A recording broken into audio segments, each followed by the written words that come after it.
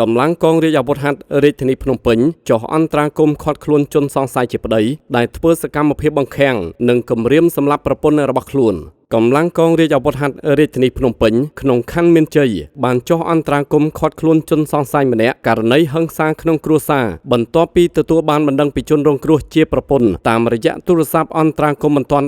1291ហេតុការណ៍នេះបានកើតឡើងនៅវេលាម៉ោង 23:00 នាទីថ្ងៃទី30 ខែកក្កដាឆ្នាំ 2026នៅចំណុចផ្ទះលេខ 96 ភូមិទ្រា2 សង្កាត់ស្ទឹងមានជ័យទី 1 ខណ្ឌមានជ័យរាជធានីភ្នំពេញជនសង្ស័យឈ្មោះសៀមចន្ទថាភេទប្រុសអាយុ39ឆ្នាំមុខរបរមិនពិតប្រាកដដែលត្រូវជាប្តីរបស់ជនរងគ្រោះត្រូវបានឃាត់ខ្លួនពាក់ព័ន្ធករណីហិង្សាក្នុងគ្រួសារដោយមានការបង្ខាំងនិងគំរាមកំហែងសម្លាប់ប្រពន្ធបច្ចុប្បន្នជនសង្ស័យរួមជាមួយវត្ថុតាងត្រូវបានបញ្ជូនទៅការិយាល័យប្រឆាំងការជួញដូរមនុស្សនៃបញ្ជាការដ្ឋានកងរាជអាវុធហត្ថរាជធានីភ្នំពេញដើម្បីបន្តនីតិវិធីតាមផ្លូវច្បាប់